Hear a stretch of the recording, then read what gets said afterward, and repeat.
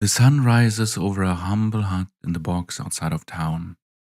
Amber morning light filters through blue silken curtains, lending them an otherworldly greenish hue as the colors mix. The windows they cover hide as anachronistic paradoxes behind them. The frames are made of wood, older than the trees outside and perhaps older even than the cobblestone the hut itself was built upon. The material has aged gracefully, but aged it has nonetheless. That is clearly apparent from the intricate patterns of the bends and groves that time herself has cut into it throughout the many years it has been affixed to the building. The harsh contrast is the fault of the near pristine condition of the glass panels between the apparently ancient wooden frames, while a few do get somewhat milky towards their edges and corners. They appear immaculate otherwise, cleaned and polished to perfection. Not a speck of dirt or dust, or the remnant of a kiss of a raindrop from last week's thunderstorm is visible. Perfect work has been done on these panels. Anyone would notice immediately. The same goes for the top of the oaken dresser that is positioned adjacent to the window, its long edge making contact with the inside window ledge. On a beautifully stitched, red gold patterned piece of cloth, there are copper bases, each housing candles of various shapes and sizes. Before the dresser stands a doll. Its tender little ball-jointed fingers move with untold precision to light the wick. Over and over again, a candle is lifted, lit, and placed back. Without error, without sound even. Best not to wake the witch before breakfast is ready to be served. That is a task that the doll is too complete in the kitchen naturally. As such is the next point on its docket. It moves there as soon as the last remaining candle is lit too. The doll possesses slim and slender feet, much like the feline companions that other witches tend to keep. The doll too can use its unique form to move without making even the slightest bit of noise. Unlike a cat, the doll is not a predator. Such is the trouble of every witch who chooses this type of familiar. Servitude is against the cat's nature, and every connection with the creature resembles more strained pro bono allegiance than ownership. In this aspect, the doll could not be more different. Unlike the characteristic independence of the felines, dolls are known for their intricate absence of agency. Those witches who elect to not utilize dolls in their home criticize them as mere receptacles for commands, as possessing empty heads that can offer nothing in terms of companionship than their owner's own words regurgitated back at them. It may be speculated that these critics would rescind their strong opinions if only they knew how this doll feels as it serves.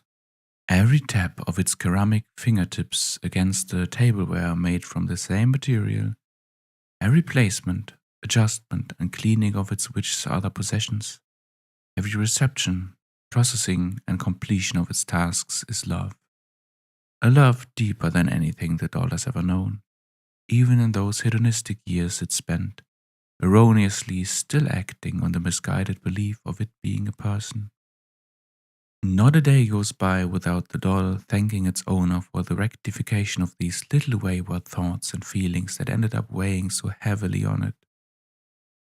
A modest breakfast is prepared. Modest not due to limitations in the doll's ability. Given enough time and preparation, it is sure to be able to conjure up even the most extravagant morning time banquets. No, it is modest for the witch wills it so. The same applies for all other things in the domicile. They are as the witch wills them to be. They are that way because the doll makes them so. The meal is placed on a silver tray and carried upstairs. Now, the doll makes noise, deliberately so. The pitter-patter of the servant's light limbs on the curved maple stairs leading up to the witch's chamber is a percussive symphony she found to be an excellent sound to wake up to. The resonance in the stairs, the echoes down the hall, the clicks and taps that ceramic skin makes when it touches a wooden surface. The doll's laugh is audible in every movement she makes to please her owner. The doll opens the heavy door with but one hand, balancing the tray effortlessly with the other, to find her owner behind it, having already risen from her satin sheets and down and feather pillows. The older woman's hazel eyes and matching brows and full lips all settle into a warm, delighted smile as she sees her dear possession enter the room. She truly cares for the doll, just as she promised she would, way back when her hands reached inside the girl that the doll once pretended to be, and ripped out all that which made the doll a hurting, aimless, poor facsimile of a person. The witch stands before her bed. Her hazel pupils trace the painted-on ones of the servant as it makes its way over to her, before positioning itself between the edge of the mattress and the tall woman next to it. With the same cautious precision of someone handling a Fabergé egg, the doll's fingertips make careful contact with the witch's jet-black hair, moving it to the front of her voluptuous body in order to gain access to the collar of her sleeping gown. Once the beige fabric band that had previously been knotted into a neat little bow comes loose, so does the rest of the rope.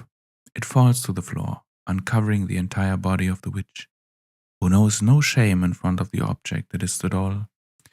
Any attempt to hide her intimates in front of it would seem ridiculous, just as senseless as making an attempt to cover herself before her wardrobe or her walking cane.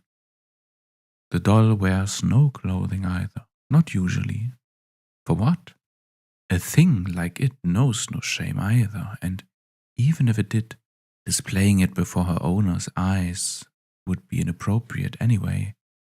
Once, in the early beginnings of their relationship, the witch had experimented with some garments for the doll. Flowing summer dresses of pastel blue fabric with white dots, for instance. However, they always seemed wrong. A dress is something a person wears, not an object. The doll is much prettier undressed. Its cream-white porcelain segments, adorned with dark blue floral patterns, exhibit a beautiful contrast, especially in combination with the copper and silver of the ball joints that connect them to one another. Methodically, just as every morning before that it can remember, the doll continues to dress its owner. First, a bra is put on the witch by its tender hands and loving touch. It is made of soft, dark red fabric and adorned with intricate little lace patterns. The woman's hands rest by her side idly, as those of the doll hold the cups against her bosom and close the clasp behind her back. The cold porcelain leaves a comforting impression on her smooth skin. The witch's golden chain necklace must be adjusted as to not be overlaid by the straps of the undergarment. After completing this step, the doll inspects the other accessory that the witch tends to wear overnight. Between the woman's legs, there is a golden ring attached to a form-fitting cup of the same material, enveloping her protruding genitals in a tight embrace. The doll can clearly see that the woman's urethral opening is well aligned with the ornate accessoire's opening, and that the also dark red and silken strap holding it tightly to her hips has not come loose during her slumber, and therefore knows that no adjustment is needed. 3 rings are put on the woman's fingers. A large silver signet ring, bearing the iconography of a slain phoenix, finds its place on the witch's left thumb. 2 thin golden rings go on the index and middle finger of her right hand. Next, 2 earrings, dangling golden chains, holding petrified crimson tears of a blood dragon, are to be affixed to the lobes of the witch. The doll, too, completes this task, and may now move on to clothe its owner in today's designed outwear. The choice for such, as decreed last night, is that of a matte navy blue pleated skirt of ankle length and a black woolen sleeveless top, which is meant to go well with the brown leather bolero that the witch likes to wear on her trips to town. The witch is a woman dedicated to study and knowledge. She likes to lose herself in ancient tomes and wrinkled scrolls during the day, but after the sun has set, it's nice to go out and mingle. She once told her doll that all her skills that she has occurred in her years of research of the void-born, hypernatural and unreal, they are all transferable to interpersonal communication and interaction. To work one's way through reading a spellbook written in a twice-dead language, transcribed to forbidden runes and reassembled from burnt ashes, is functionally no different from reading the complex inner workings of a person's mind, that which they hide from both the outside and themselves. This is how she could tell, she said, that the doll was never meant to be a person to begin with. A fond memory for the servant indeed, one of the few it is permitted to keep. It cradles it in its mind when the witch is away or asleep, and the doll needs reassurance of its place and its belonging. The witch sits on a chair that was pulled back and pushed forward for her in an elegant rhythm by dutiful porcelain hands. Her back rests against its moss-green woolen cushions as she enjoys her meal. The witch's eyes look out the window. They delight in the sight of the orange morning sun. Through the intricate web spun up by the many branches, brambles, and bushes of the bogs, the doll's eyes are focused on the witch as she eats. It does not remember what it was like to have food itself, but it does know that it is supposedly a pleasurable activity, and as always, it shares in the pleasure of her owner. She delights in every bit.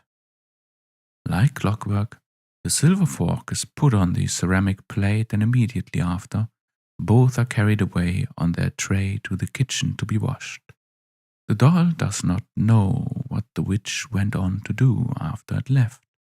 It hopes she is pleased with her performance, hopes the slight smile it managed to conjure up in her is still in place. Soft, warm joy reverberates in the hollow insides of the doll as her busy hands work their way through the tableware under running water. The task is important. All its tasks are to the doll, but it is a simple one. It can do it without needing to think, to focus.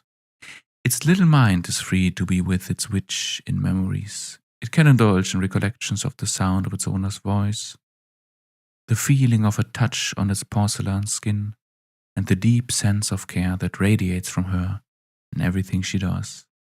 The doll has been given purpose here, a place, a meaning. The doll thinks fondly of its owner. The witch has always assumed the role of an agent of change in the doll's life. She has owned and guided this change with grace and patience. The witch knows that all the changes that matter come gradually. She said that valuable change is not as an avalanche coming down on those caught underneath it. No, change never interrupts flow, never stands orthogonal to its object's intended direction. So the witch never intervened, never pushed the doll, never broke or punished it without reason. Aghast and distraught, the newly minted doll would once beg for correction, just after it had dropped its first plate. It begged to be shattered, just like the possession it had inadvertently ruined, to atone for its mistake. The witch instead took the doll into her arms, held it in a warm embrace, and told it this wisdom on the concept of change. The doll was not given punishment, no, it was given praise. It clearly knew its place, knew what it had done was wrong. Only its new, beautiful little hands were just not as skilled as they would one day need to be. There is no malice in an honest slip-up, but there was honesty in its reaction. And what more could a witch wish for in her servant? And what more could a doll wish for in its owner?